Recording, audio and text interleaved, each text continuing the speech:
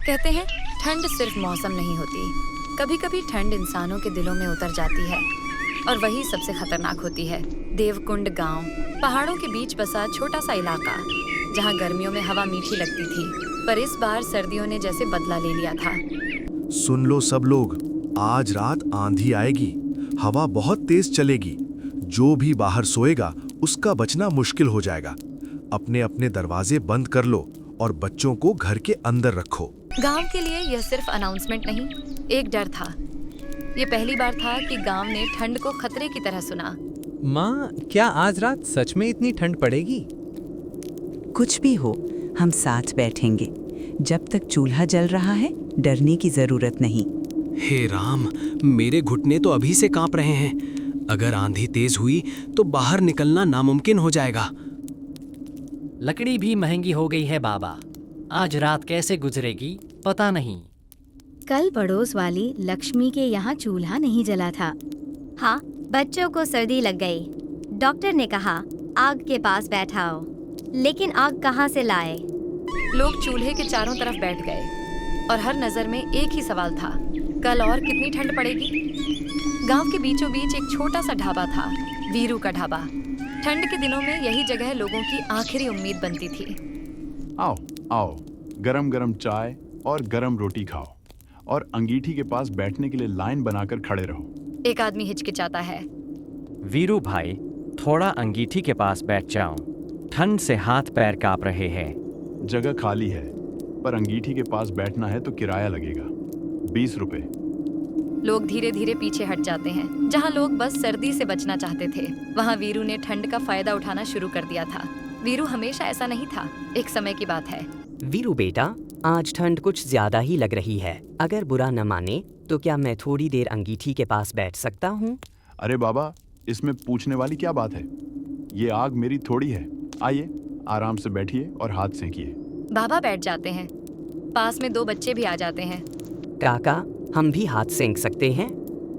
बिल्कुल कर सकते हो, ठंड सबको लगती है बेटा। भगवान तुम्हें बहुत तरक्की दे वीरू, आजकल ऐसे लोग कम मिलते हैं। धुआं दीजिए बस। ठंड में अगर कोई गर्म हो जाए तो वही मेरी कमाई है। उस वक्त वीरू किसी से हाथ सेंकने के पैसे नहीं लेता था। ढाबे पर हमेशा रौनक रहती थी और वीरू के चेहरे पर सच्ची मुस्कान। एक रात बहुत तेज हवा और बारिश आती है। वीरू के घर की छत से पानी टपकता है। दिन भर लोग बैठे रहते हैं, पर ज्यादातर सिर्फ आग सेंकते हैं।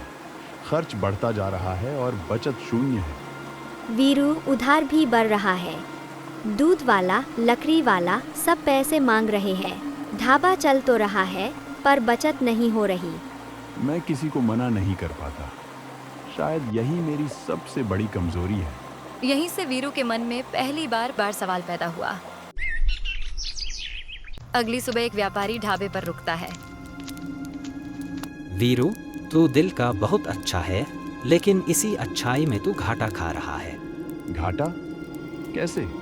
इतनी बड़ी अंगीठी जलाता है, लकड़ी खर्च करता है और लोग मुफ्त में बैठे रहते हैं। अगर मेरी जगह होती तो हर कुर्सी पर बैठने का भी किराया लेता। लेकिन लोग ठंड में होते हैं। भाई, दुनिया धंधे से चलती है। लोग ठंड में बैठे रहेंगे और तू मुफ्त में आग जलाता रहेगा। समझदार बन, आग भी कमाई बन सकती है। व्यापारी चला जाता है। वीरू देर तक खड़ा सोचता रहता है। लालच हमेशा बुरा बनकर नहीं आता। कभी कभी वो समझदारी की शक्ल में अंदर घुस जाता है और वीरू उस दिन से बदलने लगा। और अब उसका दिल ठंड से भी ज्यादा सख्त हो गया था। उसी ढाबे पर हर रोज एक लड़का आता था, अर्जुन। काका, क्या मैं थोड़ी देर हाथ सेक लूं?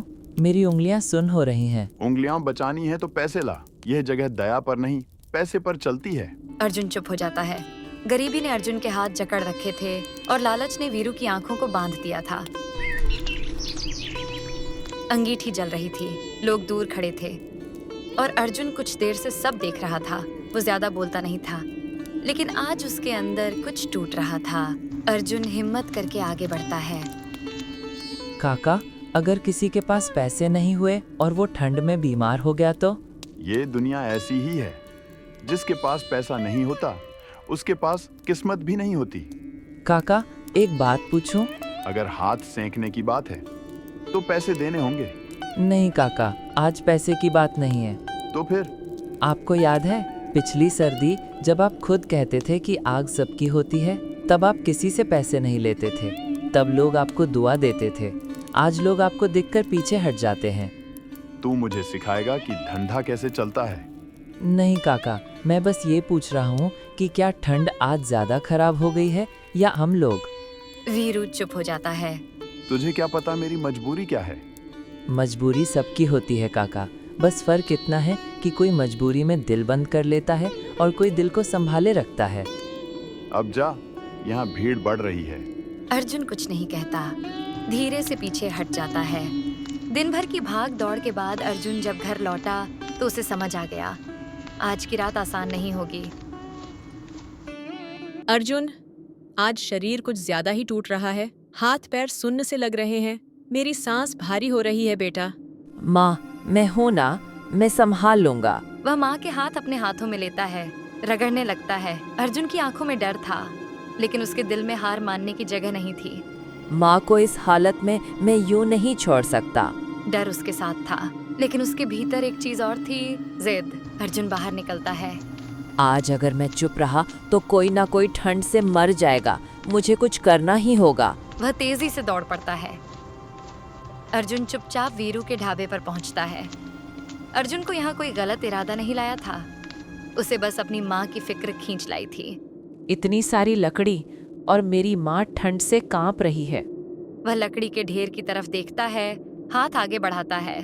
अचानक पीछे से कोई उसका हाथ पकड़ लेता है। ओहो, तो चोरी करने आया था? नहीं काका, मैं चोरी करने नहीं आया हूँ।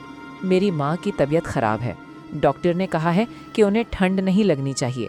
मैं बस उनके लिए थोड़ी लकड़ी लेने आया था। तो क्या हुआ अगर तेरी माँ बीमार है? लकड़ी यहाँ किसी की मुफ्त नहीं है। शोर सुनकर लोग इकट्ठा हो जाते हैं। वीरू, बच्चा झूठ नहीं बोल रहा। सब जानते हैं उसकी माँ की हालत।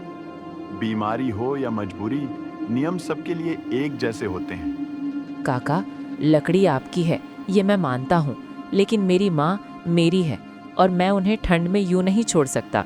भीड़ खामोश हो जाती है। अब यह बात सिर्फ लकड़ी की नहीं रही थी। ये सवाल था, क्या नियम बड़े होते हैं या इंसान की मजबूरी? काका, अगर आपकी वजह से किसी की जान चली गई तो? मेरी जिम्मेदारी नहीं। हर आदमी अपनी ठंड खुद झेले। पर वीरू, हम सब एक ही गांव के हैं। कल को तेरे घर में भी आग कम पड़ेगी बेटा, तब? वीरू अंदर से पहली बार कांपा था। वीरू अर्जुन को छोड़ देता है। मेरी सांस भारी हो रही है बेटा। अर्जुन उनका हाथ पकड़ता है। माँ, मैं अभी आता हूँ। आज कोई अकेला नहीं जमेगा, न आप न गांव वाला। वह बिना सोचे निकल पड़ता है। उस रात अर्जुन सिर्फ अपने घर के लिए नहीं, पूरा गांव बचाने निकला था। अर्जुन चौपाल पर पहुंचता है। सुनो सब लोग, अगर हम सब थोड़ी थोड़ी लकड़ी लाएं तो यहाँ एक बड़ी आग लगा सकते हैं, ऐसी जिसमें सब बैठ सकें। लोग एक दूसरे को देखते हैं। इतनी बड़ी आग क्या सच में बन सकती है? हाँ, अगर ठंड सबकी है तो आग भी सबकी होनी चाहिए। एक बूढ़ी औरत पहली लकड़ी रखती है। धीरे धीरे और लोग जोड़ते जाते हैं। आग भड़क उठती है। रोशनी पूरे चौपाल में फैल जाती है। लोगों के चेहरों पर पहली बार सुकून दिखा। कुछ दिनों से ढाबे पर भीड़ कम होती जा रही थी। पहले इस वक्त खड़े होने की जगह नहीं होती थी। आज कोई बैठने तक नहीं आया। जब ढाबा खाली रहने लगा तो वीरू पहली बार अपने ढाबे से बाहर निकला। वो जानना चाहता था, लोग आखिर जा कहाँ रहे हैं। गांव की गलियों में चलते हुए वह एक खुली जगह पर रुकता है। वहाँ एक बड़ी आग जल रही थी। लोग अपनी अपनी लकड़ी लाकर एक साथ बैठे हैं। लोग अब ढाबे पर नहीं, एक दूसरे के पास बैठे थे। आज घर से कम लकड़ी लाया था, लेकिन यहाँ आकर ठंड कम लग रही है। सब साथ हैं, इसलिए ठंड भी कम है। वीरू की नजर अर्जुन पर पड़ती है। अर्जुन बेटा, आज ठंड कुछ कम लग रही है। माँ, अब आप ठीक हो जाओगी। डॉक्टर ने भी कहा है, अब डर की बात नहीं है।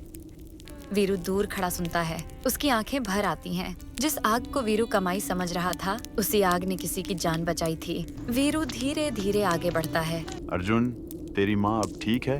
हाँ काका, सब गांव वालों ने मिलकर आग जलाई, इसीलिए बच गई। शायद मैं बहुत गलत था। गलती सब करते हैं काका, समझ आ जाए तो वही बदलाव है।